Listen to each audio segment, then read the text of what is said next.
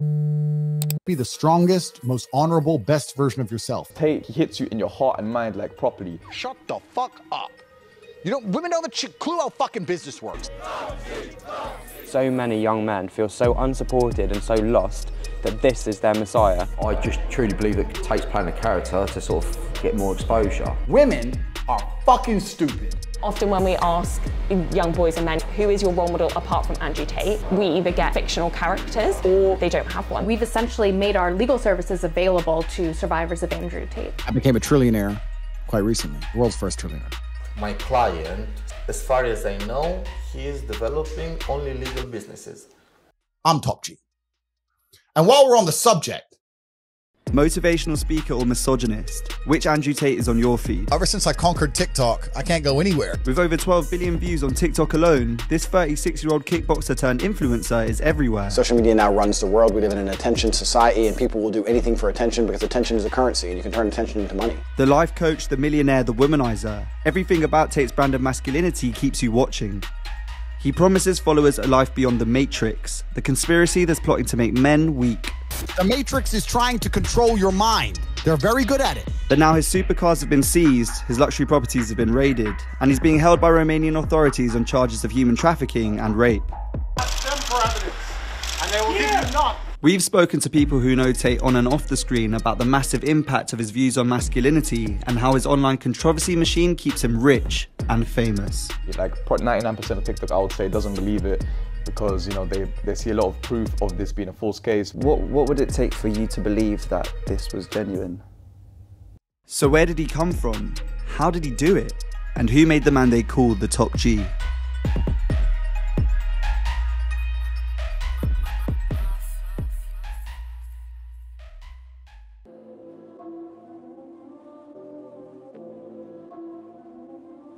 Researching Tate's life has brought me to this estate in Luton, where he grew up with his mum Eileen, brother Tristan and sister Janine.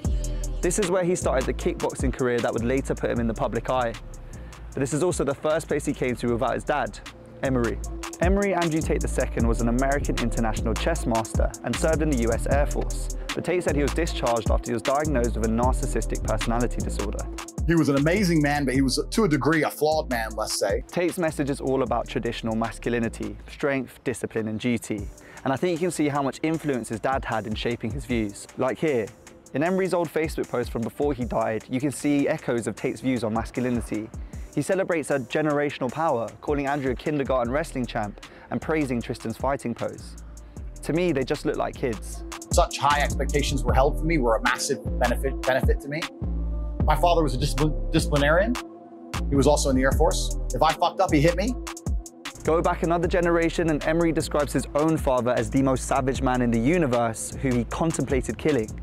The male role models in Tate's life clearly link violence to masculinity. The big mistakes in modern society is that people think that a father should be a second mother, and I disagree. I think a father should be a superhero. And sometimes a superhero needs to go do superhero things. My father wasn't always home. He was away. But when he came home with a story. Emery saw a fighter in young Andrew, and that's exactly what he became. So basically I sponsored Tate, you know, as a kickboxer. And I've sort of come to really like the guy, we've become really good friends. To be honest, my overall opinion of him was he's funny, you know, he had a very good sense of humour. He started kickboxing at 15 and went on to win 4 world titles. The gym he was going to is a real fighter's gym. You're either going to succeed there or you're going to come out battered, you know, and I think Tate loved it, and I think progressing, I think he just wanted to be the best in the world. I think his arrogance, he just took him places. And I just don't think anyone was going to get in his way. When I turned up to a fight event, Tate's here. I want my name to mean something. While Tate's star was rising in the world of kickboxing, he also began doing reality TV. Anglo-American Andrew Tate is a straight-talking entrepreneur with his own advertising company in Luton. I'm very mentally strong. If I want to achieve something, I will achieve it, because I've never been in a situation in my life so far in my 21 years where I really wanted something and didn't get it. He did 2 shows in his early 20s, but his first real taste of fame came on Big Brother in 2016. Andrew Tate, I'm 29 years old and I'm a 4-time kickboxing world champion. Just as Tate was creating controversial headlines on Big Brother, this video was leaked. On the camera, I beat you when you don't do as I say. Did I say the word listen? He was thrown off the show. So I'm coming forward for the second time to just clarify and let everybody know it was nothing but a sex play. consensual foreplay that we like doing. It would later emerge that the year before he went on Big Brother, he was arrested on suspicion of sexually assaulting another woman, but these charges were dropped. During all of this, he'd also started venturing into a new field: webcam pornography. When he was at the top of his game in kickboxing, I think he realised he earned as much as he probably could, and he saw his future potential. That I think he looked at other avenues, and I think when girls started coming on the scene, I think he realised webcam was sort of the way to go. At the end of the day, if you're not breaking the law and if it's all consensual, and you're not exploiting any females, I mean, if that's what he wants to do, that's what you do, But I think webcam industry is quite a seedy world. Suddenly, some people are starting to pay attention. Who is Andrew Tate? How did your organisation come to be involved in the case around Andrew Tate? Yes, so we've made our law center available as a resource to survivors of Andrew Tate and those in connection with him, and we have had some responses.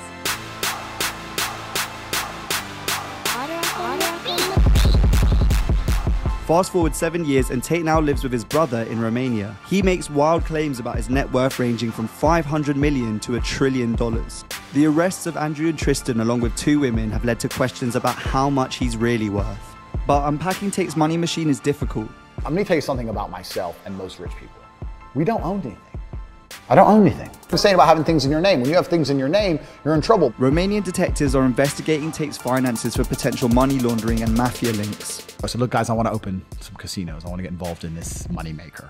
And they kind of looked at me, typical Eastern European mafia. Imagine, fat, bald, cigar, exactly like you'd imagine them to be. What we do know is that, like most influencers, he'll be making some income from appearances and deals, like the $9 million he says he made from platform Rumble. But it appears that his main wealth comes from his Hustlers University course and his webcam in porn business. I have my online school, which we'll talk about later, Hustlers University. Yep. That's already been valued. That was valued at $300 million. Hustlers University, now known as The Real World, is an online academy in which so-called millionaires and experts teach skills like digital marketing, copywriting, and crypto that Tate promises with enough hard work will make his students rich. When Hustlers University, they give you one-to-one support by verified, multi-millionaires, professionals that are making like minimum 10K a month. So you've got also like chats that if you're struggling, they will help you out. People that are succeeding will help you out like step by step. And it was the most step-by-step, close and personal thing that helps you like compared to any other course. And their hustle definitely makes Tate rich. The course costs $49 per month, and at its peak it's claimed to have had around 200,000 users. This growth was driven by what's called an affiliate marketing scheme. If users can sign up others through their referral link, they receive nearly half of the sign-up fee. So let me go and find all of Tate's old stuff. Let me chop it up. Let me make a TikTok for Tate. That gets attention. How do I monetize attention? Now people are on my page. How do I monetize it? Well, I can take my referral link. I'm in HU. Here, they can sign up, get 50% off my link. Boom. So he's taking attention. The attention that I generated, all he's done is chop up some TikTok clips, monetized it, and he's making 45 grand a month. The more controversial things Tate says, the more clippable they are. The more clippable they are, the more likely they're going to lead to sign-ups to the university. The more sign-ups to the university, the more money for Tate and the hustlers. It's a well-oiled attention machine, and it thrived despite social media bans which threatened his influence in August 2022. It seems like all of his businesses are essentially based on using people and even on using the men who follow him. So that's sort of his business model with Hustlers University, from what I understand. And then he also has this quite exploitative business where he's recruiting people into sexual exploitation, reportedly. A lot of you who know me well know that I've owned strip clubs, I've owned webcam studios. At one point, I had a hierarchy with female management and me at the top. I had 75 women working for me. To build his business, Tate claims that he made women fall in love with him and then persuaded them to do webcamming porn. It's what's known as the Loverboy method. Some women who webcam for Tate have defended him and said that they weren't forced. L-am cunoscut de la iubitul meu, care este om de afaceri și cu care am convenit să încep un business în industria porno. Pentru că aveam încredere în Andrew și în ce se întâmplă acolo. Tate susține că el știa să manipuleze femei și să facă ce vrea el. Sincer, tu ca femeie, crezi că o femeie ar trebui să fie tratată așa? Eu cred că, în general, femeile nu sunt tratate așa. Sunt femei sadomaso care depășesc limita de normalitate, pentru că sunt niște limite de toleranță și la sadomaso în pat, cât și la dominarea intelectuală, psihologică, dar sunt femei care într-adevăr sunt foarte docile, foarte ascultătoare, numai că este ceea ce acceptă ele, adică mie nu poate impune nimeni și n-aș putea să fiu niciodată așa. Metoda Loverboy este o metodă cunoscută în tot ce se întâmplă în ziua de astăzi. Crezi că el a folosit această metodă? Păi, faptul că ele s-au îndrăgostit de el nu cred că a fost vina lui, cum nu este vina niciunui bărbat, da? Că o femeie se îndrăgostește de el. Nu, eu nu văd. These two women who worked for Tate and have his name tattooed on them have denied being victims despite being named in the case. What I do is I retain women. Not only do I retain women, I train them to be the way I want them to be. I make them fiercely loyal. They allow me to fuck other women. They do anything I say. I'm not talking about in a horrible, controlling, big bad Andrew way. I'm talking about just understanding the rules of the game, like chess, and understanding which moves to make to put myself in the best possible position so that I win. But other women allege that Tate and his brother beat them and controlled their movements in Romania, which they both deny. Haley's organisation is representing key witnesses in the case. A Romanian judiciary source has said that the Tate brothers had emotional and physical violence against these women, that they surveilled them 24/7, that they weren't allowed to leave the premises without security, and that they essentially were coerced into filming sexual content, and they did not get to keep the proceeds.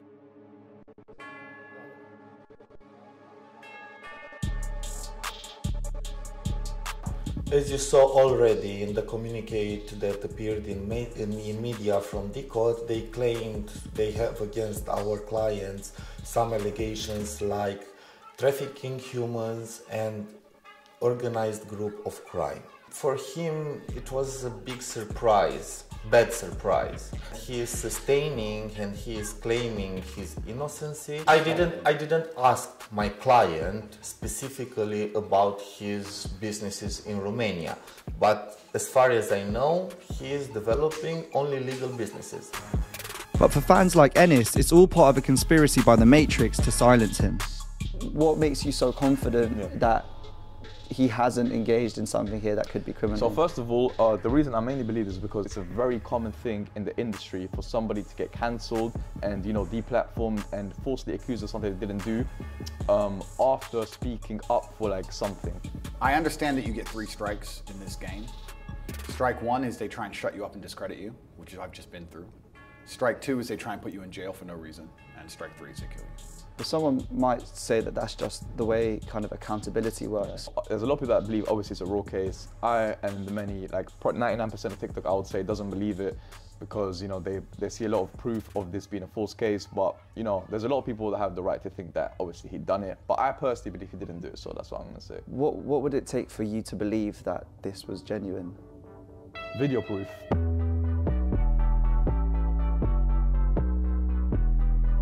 So what is it about Tate's message that has created such a loyal fan base and kept people clicking, reacting and sharing? He portrays this image for particularly young boys that are a little bit lost, a little bit confused with their role in the world at the moment. Conveys this image of like, you can be successful, you can be alpha, you can be strong. I would say for me personally, his speech hits me in a completely positive way, his speech, because I don't take anything from him that's not positive. But it's not just that. The old version of masculinity was breadwinner, big muscles, strong guy, strong silent type, got on with it on their own. And I think now in the world where we're starting to unpack what masculinity really is, a lot of people are lost, confused, and they're attracted to Andrew Tate and find him inspiring because he holds on to those traditional values of masculinity. And actually he's almost like a coach type for a lot of these people. That's the worldview that struck a chord with Ennis and so many others. People hate to hear the truth, and the truth hurts people. I feel like these people that are seeing Andrew Tate, they just don't want men to be the best versions of themselves and be like these strong masculine men, because I feel like the more masculine men there is, the more strong of a society will be created. In today's day and age, we've become so, what's the word? We tolerate too much things, and I feel like people want men to be slightly weaker now. It's a mad to say, but for you women out there, you like a man that's controlling, and you know that, so. This idea of being stoic and dealing with all your problems on your own and being strong and being tough, like it kills. 75% of suicides in the UK are men. There's a reason for that, and that's that old stereotype of being a man. It's damaging. And then the second impact is safety of women and girls at the moment seems like such an awful thing to talk about. We see violence against women almost every day, news reports, all this, it's awful. And I think, you know, some of the stuff that Andrew Tate says is actually quite scary in terms of, you know, you never know who might actually action some of the stuff he's saying. For Hayley, who represents some of the alleged victims in the Romanian case, the impact is very real. Experiencing this kind of abuse is quite severe. So very often survivors of this kind of abuse, they really struggle with feelings of suicide ideation, especially in the case of Andrew Tate. They're seeing really armies of trolls online or supporters of Andrew Tate calling them liars and sometimes even threatening to dox them. His opinions are becoming so popular, his name has been mentioned 6 times in Parliament. Recently reported that schools across the UK are in crisis as the effects of online influencer Andrew Tate's vile misogyny infiltrates our classrooms and society. Teachers are now having to develop their own resources to re-educate boys who are being brainwashed online by his deeply toxic messaging. Bold Voices is a charity running workshops on gender and relationships. They say that at every school they go to, Tate has influenced views and behaviours that range from money-making to misogyny. We see that all the time from young boys and men saying, what is my place, what is my role, what does that look like? Of course it's really difficult, we're talking about issues of gender that are confronting how we're acting as individuals, as well as within a wider system and culture. Often when we ask young boys and men, who is your role model apart from Andrew Tate, we either get fictional characters, people that don't even exist, or they don't have one. We need to provide them with good male role models. There are so many out there. I mean, everyone's probably bored about talking about mental health in schools now, but getting better support in schools, making sure these boys feel supported, feel loved, feel accepted, feel included in the conversations we have going forward about masculinity and about the society as a whole. So for us, it's really important that we don't put all of masculinity and all of boys and young men into a box of this is bad, we're moving away from this. So having more nuanced conversations about what masculinity can look like in a positive way and being really specific about the parts that can be harmful to men and boys themselves. It's important to remember that not every Tate fan subscribes to everything he's said.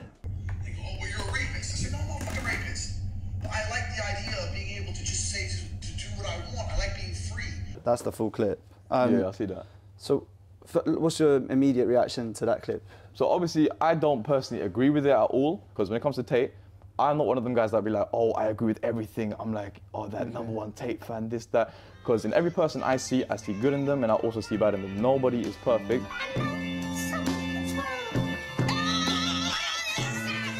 Some young men like Ennis feel truly understood by Tate and credit him with vastly improving their lives. It's very common for us to feel an affinity for or feel like we know somebody who we've watched a lot of their content. But I would just ask to, pause and not assume that you know what's happening behind closed doors. Tate plays so many characters and so many hours of podcasts and videos that some of his big emotional blows are bound to land. While some fans might welcome the misogyny, others may simply switch off at it. I just truly believe that Tate's playing a character to sort of get more exposure. I think he just wanted to be famous. Tate's campaign to dominate our feeds is based in one idea: attention is money. So who made Andrew Tate? Every like, view and click of every clip pushes him to the top of our algorithms. Whether you love him or loathe him, your attention makes him money. Maybe mine has too. To get the most clicks, Tate pushes people's buttons.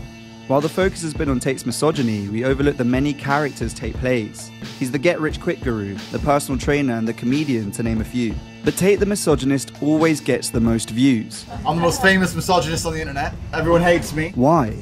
Maybe this is because Tate exploits the divides created by changing views on gender, masculinity and relationships. We're all responsible for the kind of culture that exists that allows messages like the ones that Andrew Tate puts out there to thrive. So maybe we've all made Andrew Tate. His message in defense of traditional roles for men and women, which he claims are under threat, clearly has a massive impact. It impacts people who want to defend traditional roles as much as those who believe they aren't fit for purpose anymore. And Tate becomes the centre of that debate, the centre of attention.